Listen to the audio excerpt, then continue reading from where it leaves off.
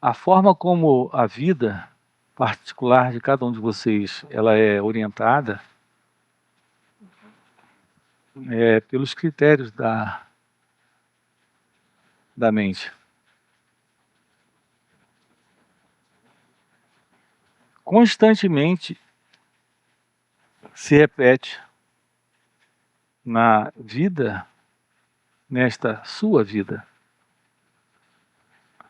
tudo aquilo que o pensamento significa. E o que é que ele significa? O pensamento significa o que já foi. Nós não temos a liberdade, nós não temos a paz, nós não temos a felicidade, nós não temos a presença do amor na mente, no pensamento. Isso porque a presença do pensamento em você, que é a presença da mente em você,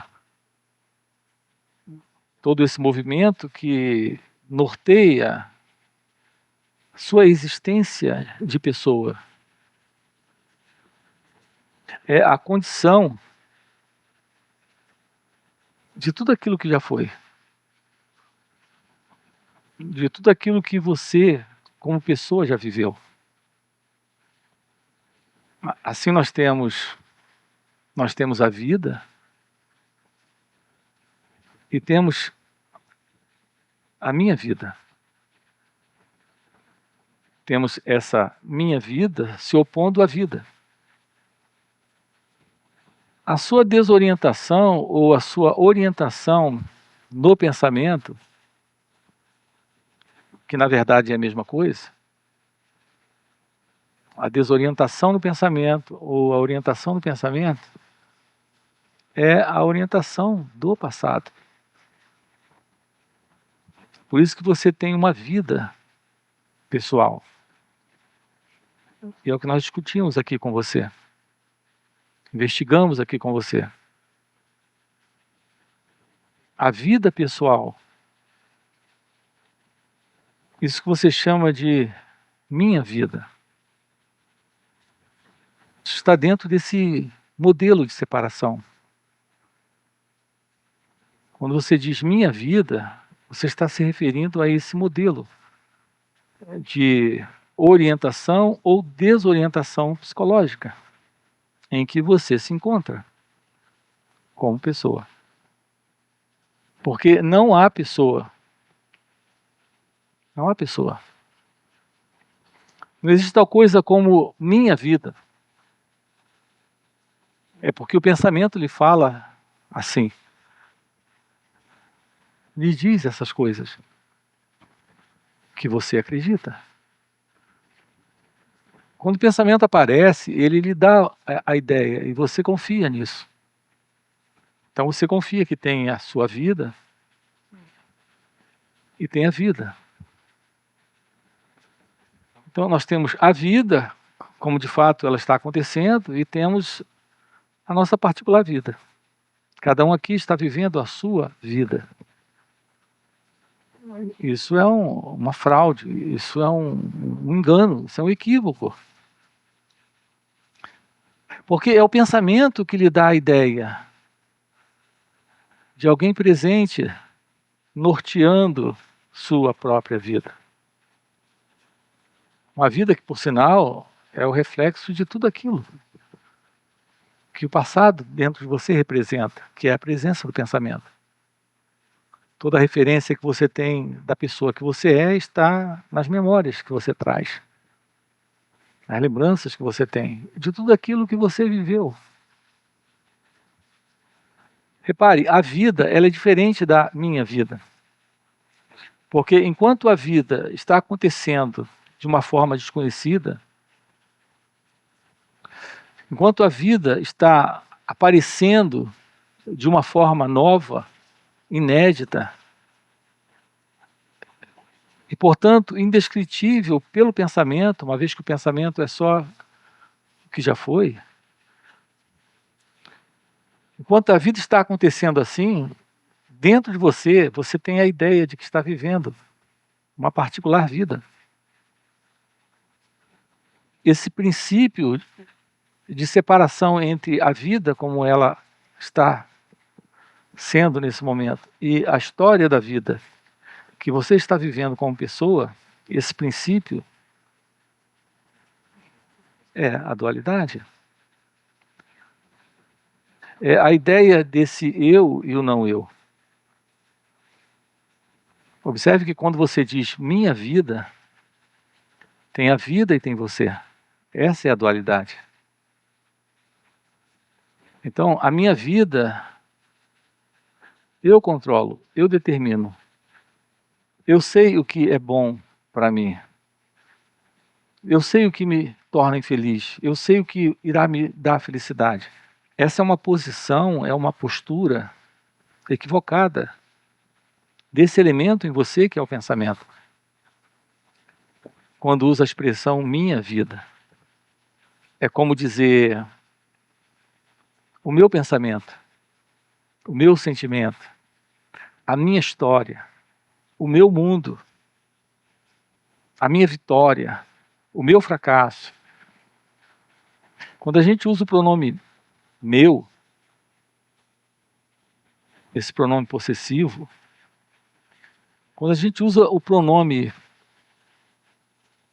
eu, o que a gente quer dizer com esse nome? O que isso significa? É a presença do pensamento, particularizando uma experiência para ele mesmo e se separando da experiência. A experiência é a minha alegria, é a minha felicidade, ou é a minha casa, ou é a minha família, ou é o meu mundo, ou é a minha vida. Minha vida pressupõe que a vida seja sua. Minha casa pressupõe que a casa seja sua. Mas a casa, ela é de quem está naquele momento ali, desfrutando dela porque está morando nela. Se você disser para mim, eu tenho uma casa em Portugal, eu tenho uma casa na França, eu tenho uma casa no Rio de Janeiro. Você não tem a casa no Rio de Janeiro.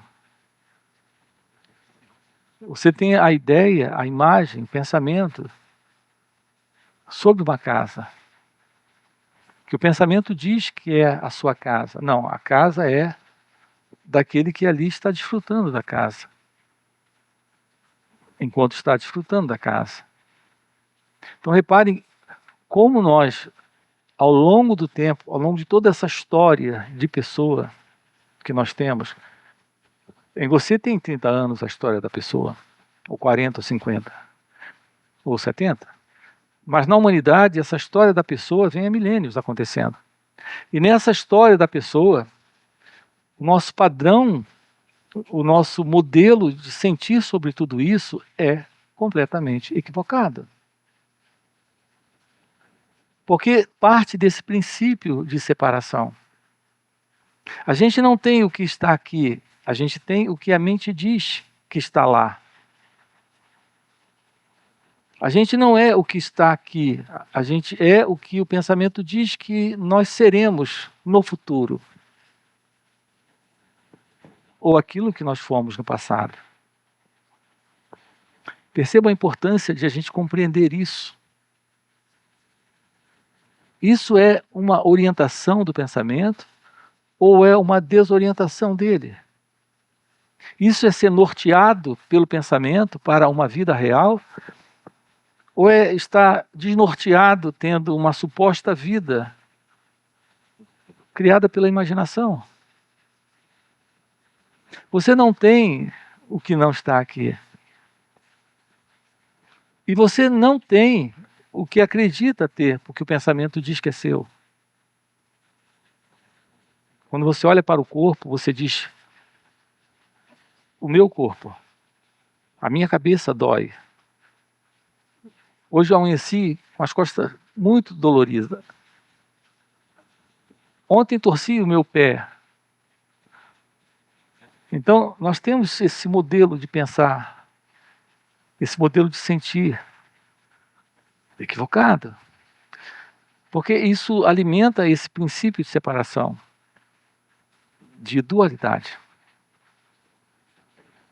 Há um grande princípio que não é um princípio intelectual, é algo real, como tudo que acontece. Portanto, não é algo intelectual, filosófico ou passivo de especulação de crenças ou descrenças, de palavras. É a verdade de que a vida não é sua, como o corpo não é seu. Como qualquer coisa que está presente, continua sem ter alguém dono daquilo. A verdade de que a vida é uma realidade presente, além do pensamento. Por isso que quando você diz minha ou meu, você se coloca como alguém. Mas não existe esse alguém. Esse corpo é da natureza. Esse cérebro é da natureza. Essa coisa de vocalizar é da natureza.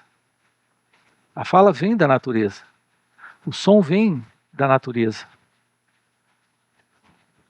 Tudo é a vida. Curiosamente, não existe esse eu. Esse eu é quando o pensamento imagina estar presente. Porque, como seres humanos, nós estamos vivendo problemas? Porque nós temos coisas. Você vem e pergunta, como lidar com o apego? Como me livrar do medo? Como me livrar dos meus apegos? A ideia é que você tem coisas que lhe fazem sofrer. Na verdade, você só sofre pelo que de fato você está apegado. Um sinal clássico de apego não é quando a coisa está presente, mas é quando a coisa está ausente. Quando a coisa está ausente, você se dá conta da dor da falta. Daquilo, não. Você se dá conta da dor de que acreditou, a partir do pensamento de que você tem aquilo. A gente não sofre pelas coisas que a gente perde, a gente sofre quando um pedaço de nós é arrancado de nós. E isso só pode ser arrancado de você se você é esse apego. Veja, você não está apegado a isso, você é esse apego. Então, é em razão do apego que você sofre. Mas o que é o apego, senão a presença do pensamento lhe contando algo que não é real? Do tipo, minha casa, minha namorada, meu filho, meus bens, minha vida.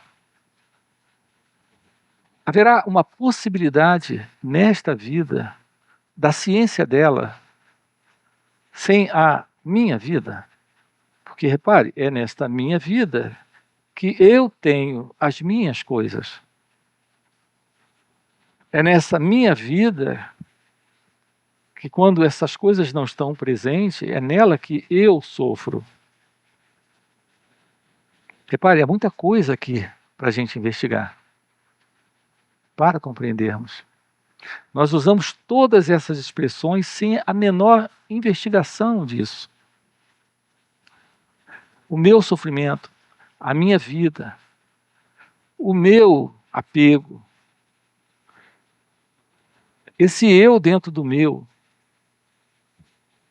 Não é assim? Você tem o eu no meu.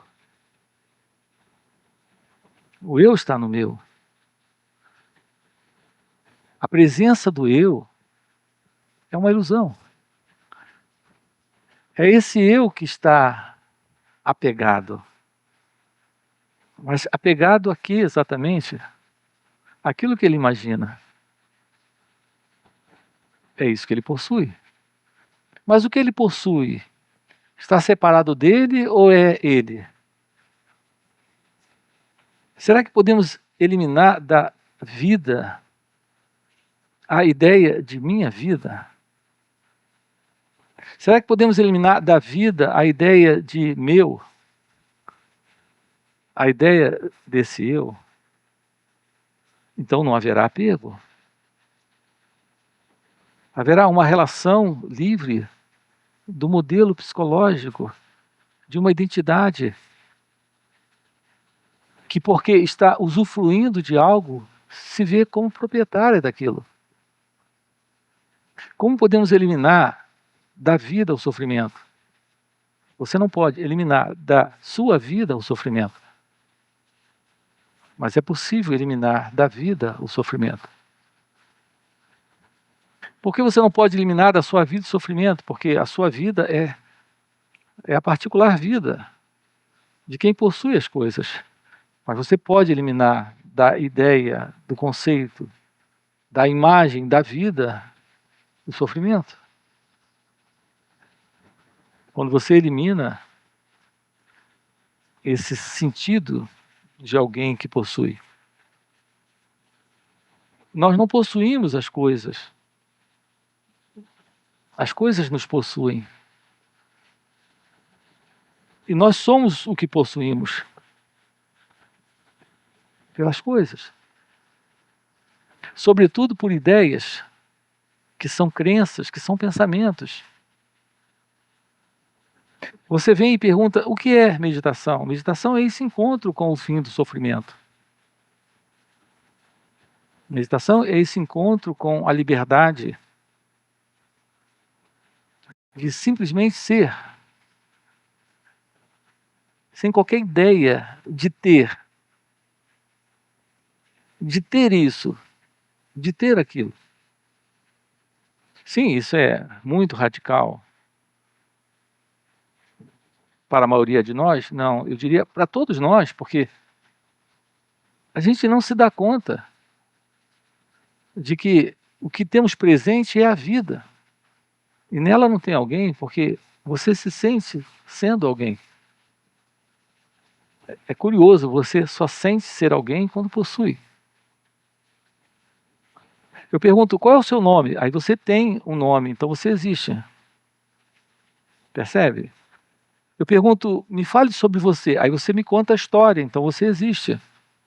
Mas sem o nome, sem a história, aonde está você? Você não está presente. Sem as coisas que você possui, ou que possuem você, aonde você está? Você não pode se descrever sem o tempo. Você não pode se descrever sem o pensamento.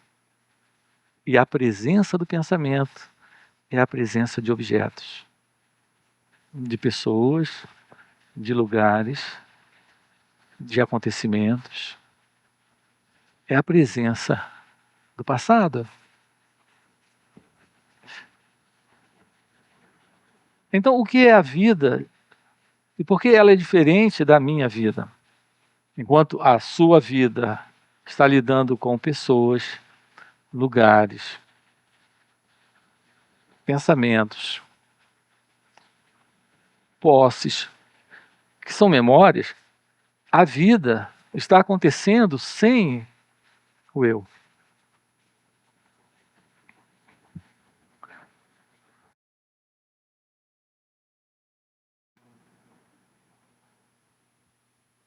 Em alguns instantes na vida, você tem a revelação dela e não se dá conta da importância dessa revelação.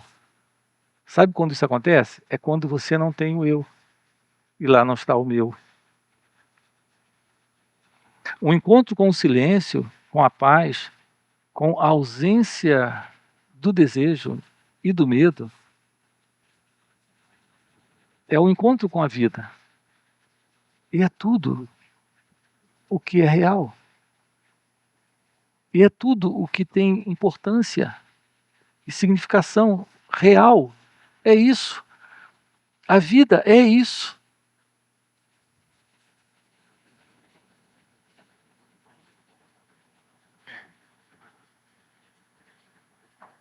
Quando eu era criança, eu subia, ia para o terraço, e lá me deitava, e ficava olhando para o céu, cheio de estrelas, e ficava apenas olhando para o céu,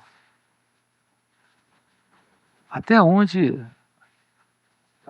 o olhar alcançava. E você começa a se dar conta que, em momentos assim,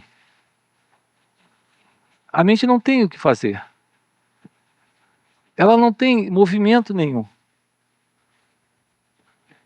Ou ela começa a imaginar, ou ela para. Ela não tem outro movimento. Ela não está lidando com nada. Ela não está se ocupando com nada. Ela está inteiramente desocupada. Então, ali deitado naquele terraço, olhando para as estrelas, é só a estrela ali, ou as estrelas e o céu. Nesse olhar, não há uma separação entre você e esse momento, esse instante. Ali não tem o seu nome, não tem a sua história, não tem a sua família, não tem posicionamento político, nem religioso, nem. É só o olhar, é só o encontro, é só o instante se revelando. Nesse instante, a vida está, mas a particular vida da pessoa não está. Então, o que é meditação? Meditação é ser, sem a ideia de alguém, sem o pensamento de alguém, sem esse envolvimento com esse alguém e com tudo que ele representa, que são pensamentos sobre, repito, lugares, pessoas, coisas. Memória.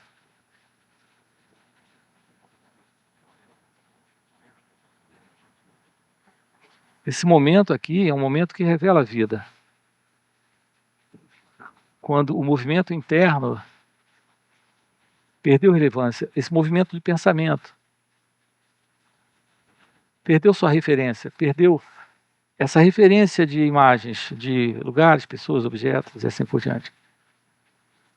Quando a mente não se move, quando não há nenhum movimento, uma qualidade de presença surge, de silêncio surge,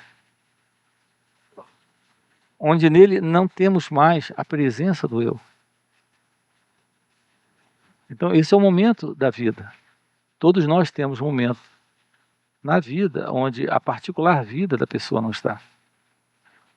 Nós não conseguimos ver a importância disso, desse encontro com a ausência do eu, com a ausência da pessoa.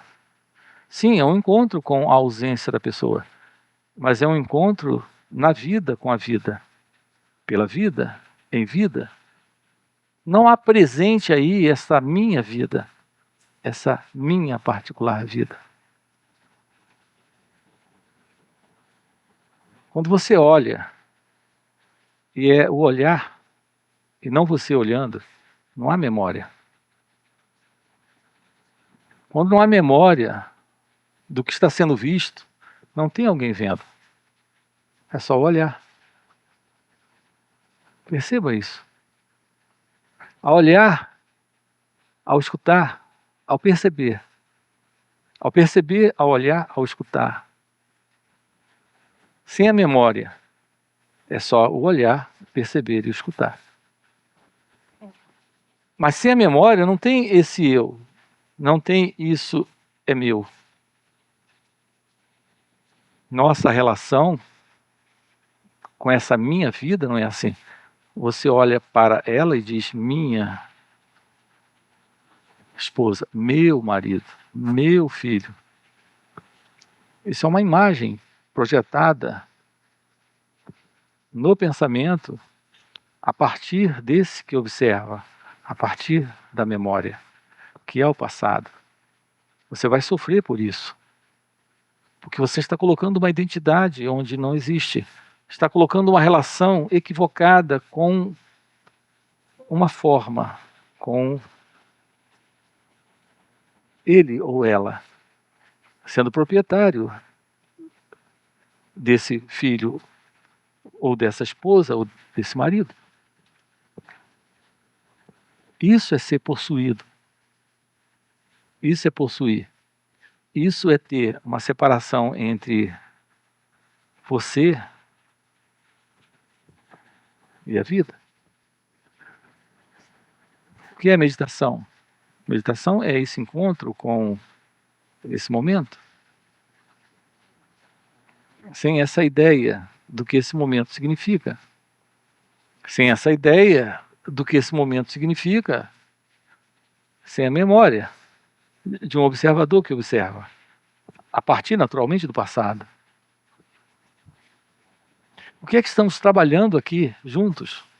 Estamos nos aproximando do que é a visão da vida fora desta dualidade. A não separação é Advaita. A dualidade é Dvaita. A gente vive dentro desse princípio de Dvaita, de separação. A realidade da vida é a verdade, que não é um princípio que a gente vai alcançar intelectualmente, mas a gente consegue viver de uma forma muito direta quando a minha particular vida não está. Me refiro à presença da Advaita, da não separação. Portanto, comece a olhar sem a memória. Comece a escutar sem a memória. Comece a perceber sem a memória. Pare de dar importância à pessoa que surge para fazer avaliações. E você encontrará algo além da mente presente nesse encontro. Por que somos tão dependentes? Por que há tanta busca de prazer, satisfação, preenchimento na continuidade desta memória, deste passado, destas minhas coisas, desta minha vida? Por que há tanta dependência disso? Por que há tanto problema com isso? Aliás, por que a nossa vida só tem problemas porque isso está presente? Porque não nos aproximamos da vida sem a minha vida. Não sabemos lidar com as coisas como elas são. Ou seja, elas não têm dono. Você tem dúvida disso? De que você não tem nada? Você tem dúvida de que esse corpo não é seu, ele é da natureza? Ou não? Esse corpo é seu ou ele é da natureza? É muito, muito básico isso. Se esse corpo fosse seu, você deixaria esse pescoço ter um torcicolo? Você deixaria esse pé torcer e lunchar? Você deixaria seu braço quebrar? Pronto, você deixaria essas rugas chegarem no seu rosto? Não, se esse corpo fosse seu, você deixaria esses cabelos bonitos que você tem caírem todos? Se esse corpo fosse seu, você deixaria, de fato, a velhice chegar? Você deixaria ele morrer? Se ele fosse seu, você não levantaria do caixão depois de morto, dizendo, não, eu estava brincando que tinha morrido. Não é isso que você faria? Não, eu estava brincando, fingi que morri, mas não morri, porque isso é meu. Não é verdade. Esse corpo é da natureza. A hora que ela quiser, ela pede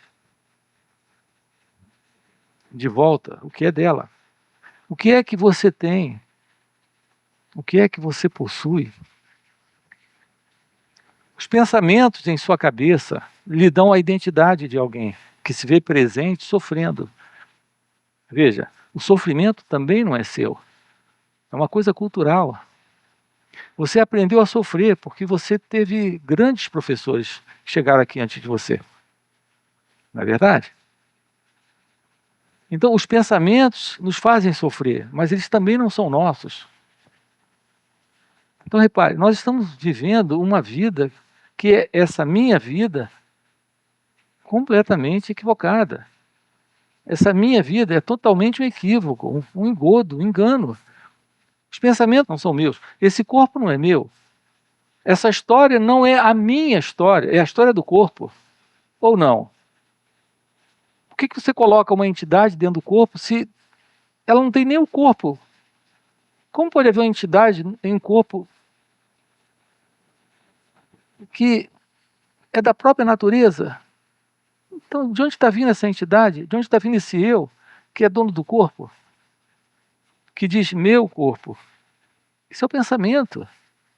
Mas esse pensamento não é seu, você aprendeu isso também. Você aprendeu a usar esse pronome e designar coisas, pessoas, lugares, espaços, como sendo seus. Você colocou uma identidade nisso e você chama isso de sua vida, quando diz minha vida. Então, por que você sofre? Porque há esse apego. Apego às coisas? Não, apego a imagens sobre as coisas. Apego a pessoas? Não, pessoas não existem. O apego é a essas imagens que nós temos delas. Porque elas não estão lá, elas são uma projeção, uma imaginação do pensamento presente aí nesse cérebro, condicionado, preso a esse modelo. Então, o que é essa liberação? O que é o fim de tudo isso? O que isso significa? O que significa o fim de tudo isso? Significa a liberdade da vida como ela é. Alguns chamam isso de despertar, ou realizar a verdade, ou realizar Deus. É o fato de que aquilo que aqui está presente é a única realidade.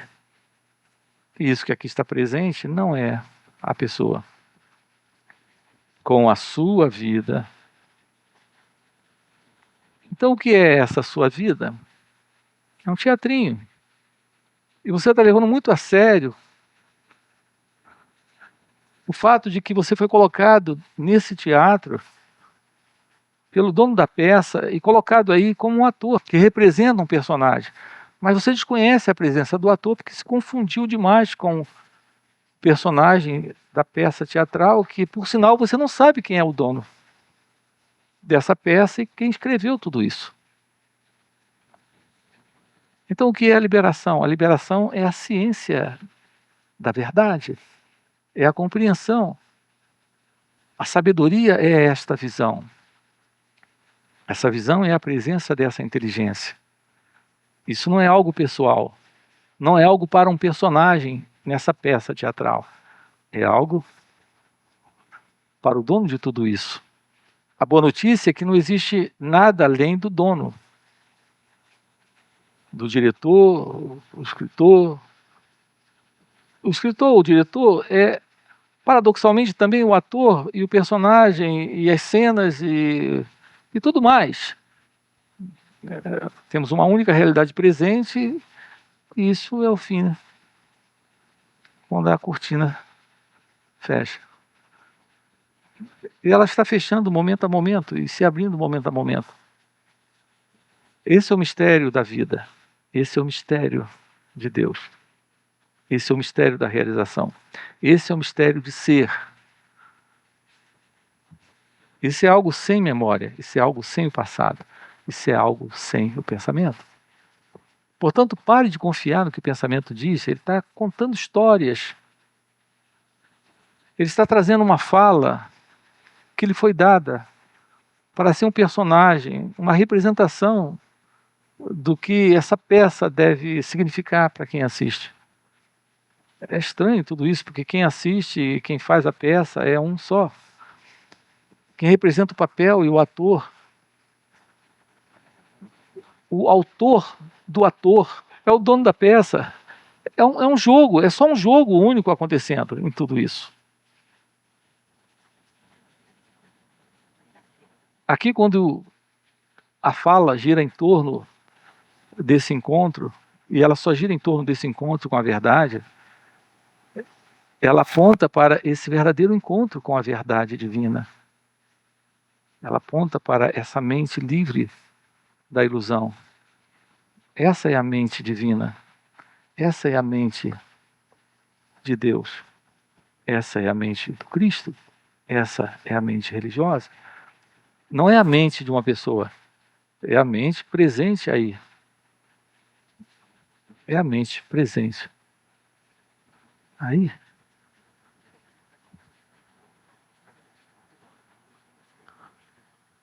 Portanto, é da vida que estamos tratando e não reforçando sempre a ilusão dessa minha vida, norteada ou desnorteada. A aniquilação disso é o que estamos investigando com você. Tudo bem?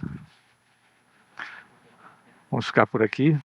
Como a natureza da mente é medo, tudo que é presenciado, visto ou ouvido com esse fundo é encarado dessa forma pesada, dessa forma difícil, dessa forma conflituosa. Portanto, é muito comum estar em conflito quando se olha e se escuta através da mente.